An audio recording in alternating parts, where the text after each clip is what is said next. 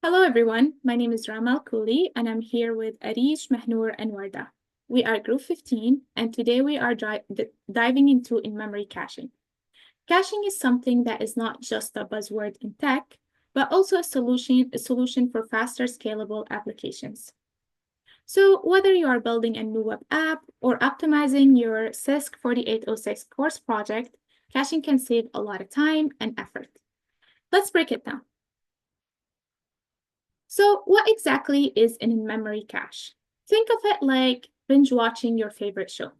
Instead of constantly buffering every frame, your device preloads several frames in advance, making the experience seamless. That's essentially what caching does. An in-memory cache takes this concept to the next level by storing data in the system's RAM, which is incredibly fast. For instance, if you're frequently fetching data like product prices or user profiles in an app, it doesn't make sense to repeatedly query the data from the database. Instead, an in-memory cache like Redis or Memcached temporarily holds this frequently used data for instance access. Now, why is caching so essential? Let's take a look at this diagram. In a typical web application, there's a client, the application server, and the database server. When a user sends a request, the server fetches the required data from the database, and we call this process, and this process can be slow and resource heavy if repeated frequently.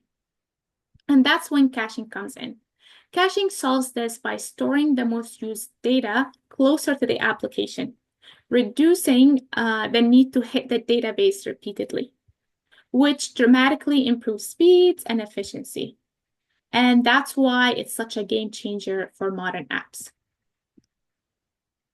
How it works.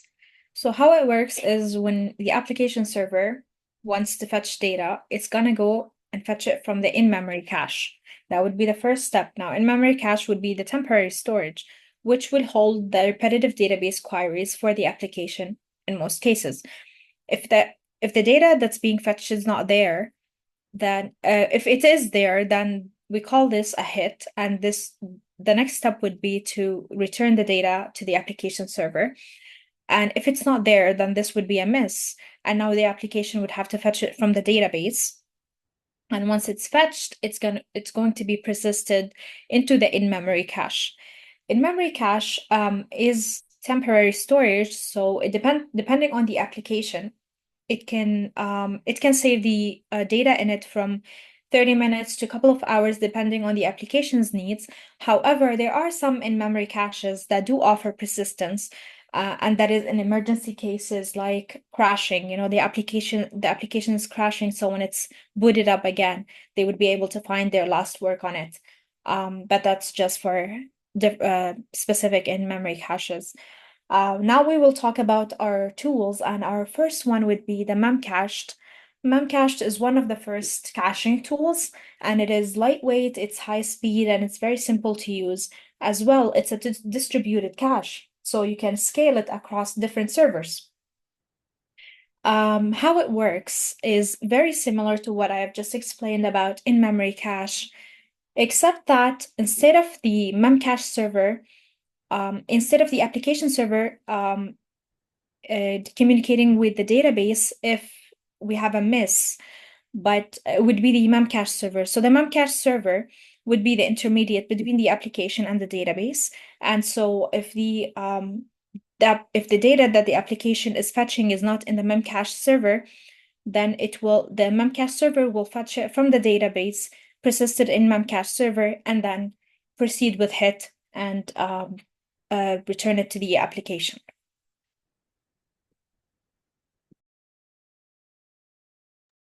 Redis is another popular in-memory cache tool, which does everything that Memcached does and more. It supports complex data types like lists, sets, and sorted sets. It also offers built-in persistence, so that means your data can be saved to the disk periodically, and it ensures that your application survives crashes or restarts. Plus, Redis provides publisher-subscriber messaging, which makes it great for real-time features like chat systems or notifications. The way Redis works is very similar to Memcache.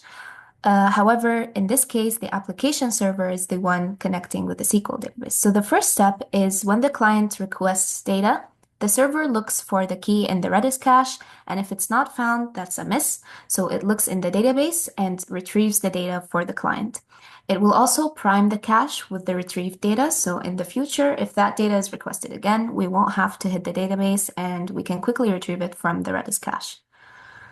In our project, we chose Redis over Memcached, and the reason for that is we found that Redis offered more features that fit our needs for a mini Shopify web app, which is our project topic. Our project implements user sessions to store customer shopping data. Now, some pros we found in Redis while using it is that it's one of those tools we talked about earlier, which offers built-in persistence. It also offers advanced data structures, so we needed to store lists or lists of card items, which we'll show in our demo, and this needed more than just simple key value pairs. It also has built-in expiry for temporary data like shopping carts. And the last thing is that we used Azure for deployment, and Azure already has Azure Cache for Redis, which allows us to deploy an instance of Redis and connect it through our Spring Codebase.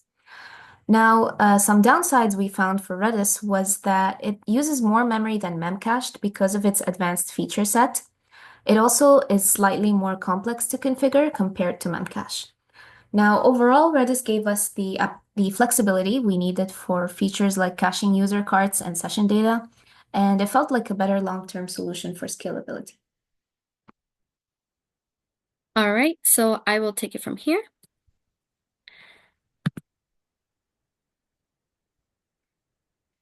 Before I show how exactly Redis works for our project, I wanted to show how we implemented it. So I'm going to go over mainly two files. One is Redis config file, and this is how we connected Redis with our code repository. The first function is Redis connection factory, and this specifies what port are we going to be connecting on, which port we're going to connect Redis on. So here we specified it to be 6379. So while we do that, I will run the Redis server here, and we'll see it come up. Here we go. And now Redis should be up and ready for us to interact with.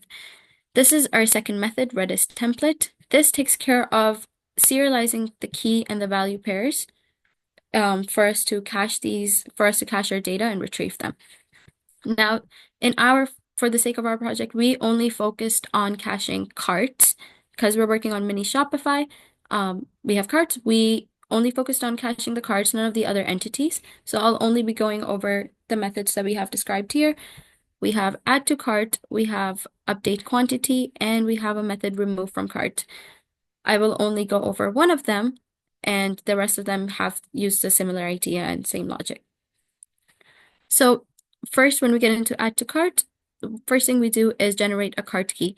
Generating a cart key allows us to get a unique key to store cache information or cache data for the user and for their session.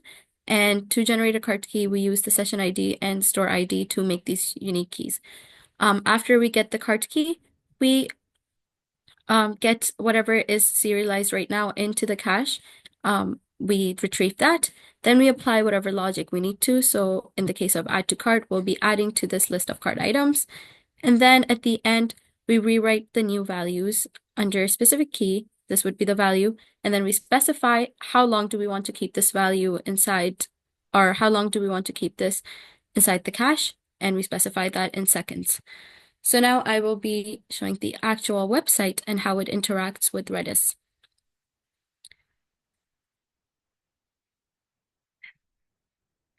Here I will be running a tool that allows us to visualize how Redis is working.